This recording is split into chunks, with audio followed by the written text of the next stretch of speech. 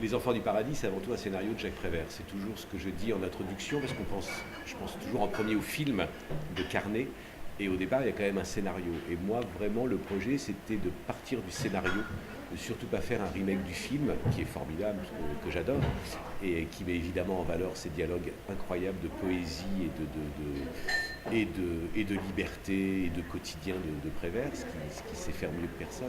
Mais moi, vraiment, je suis parti du texte. C'est le texte qui me faisait vibrer. Sur ces dialogues-là, je me suis toujours dit, tiens, voilà, il y a quelque chose à faire. C'est quelque chose que j'avais en tête depuis très longtemps, en sachant que je voulais surtout pas refaire le costume d'époque, le décor du funambule, voilà. Je dis, mais ce texte, il a une puissance poétique, il a une... Et puis ce ne sont pas des textes à message comme on dit, c'est-à-dire que tout le génie c'est de faire passer plein de petites choses, l'air de rien, et d'un seul coup tout sonne dans l'oreille. Et je me suis dit, la partition pour les acteurs, c'est formidable.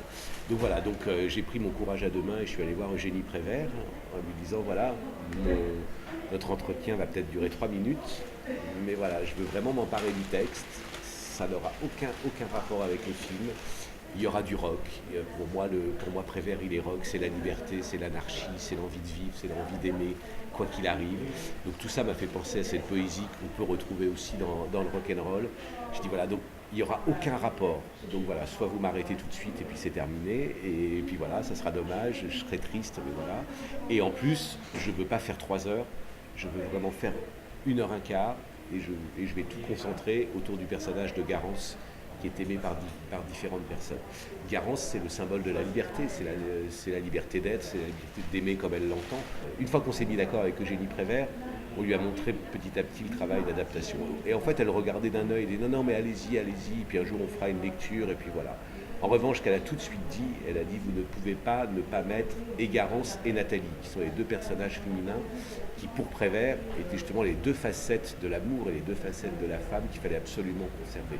Et ce miroir-là, il existe encore aujourd'hui, chacun dans notre façon de nous démêler avec nos propres sentiments, de nous démêler avec le regard des autres sur comment on aime, avec qui on est. Enfin voilà, tout ça, ça passe dans une...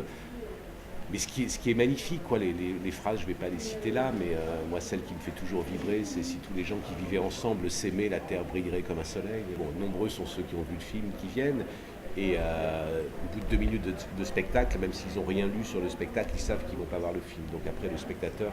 Moi, après, j'estime que la force de mon spectacle, c'est petit à petit de leur faire oublier le film, et puis d'accepter l'objet théâtral que je propose.